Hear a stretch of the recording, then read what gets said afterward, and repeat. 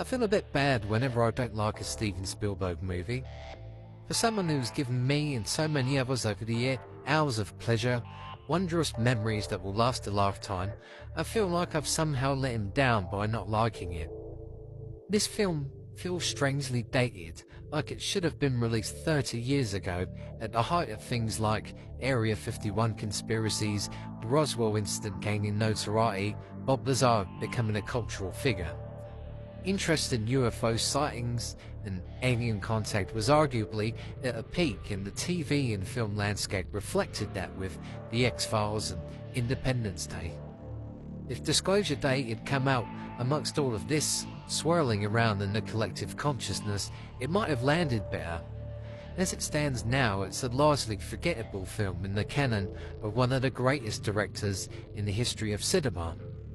I had a feeling going into this that it might be a prequel to a film that doesn't even exist yet, and about halfway through, when it was clear that they weren't really going to wrap it up in time, I knew I was right.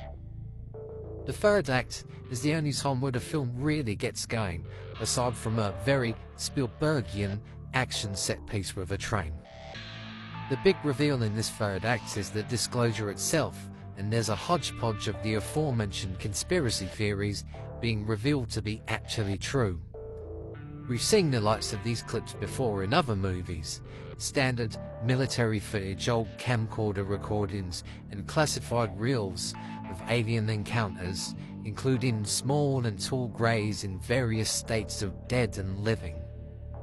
An actual living alien is then wheeled into the new studio, carelessly rendered as a CGI figure rather than being an actually created creature. Cue the lead actor staring vaguely in the direction of the thing that isn't actually there. Special mention also to the dumbest special forces in the world, who can be evaded as long as they are looking the other way. Another special mention goes to establishing early on that one of the leads can't actually be captured by the evil bad guys, rendering them redundant.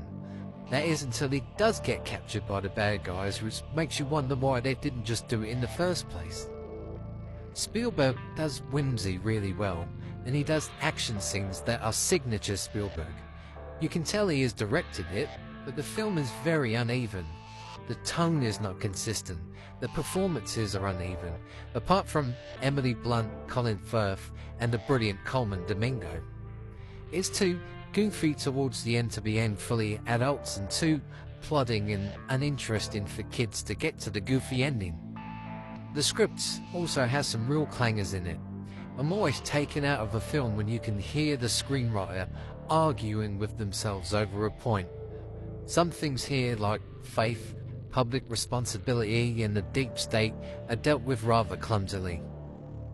There's probably a good film in there somewhere, but this feels like a pilot for a series that everyone involved couldn't really be bothered with, so they just made a 2-hour film instead.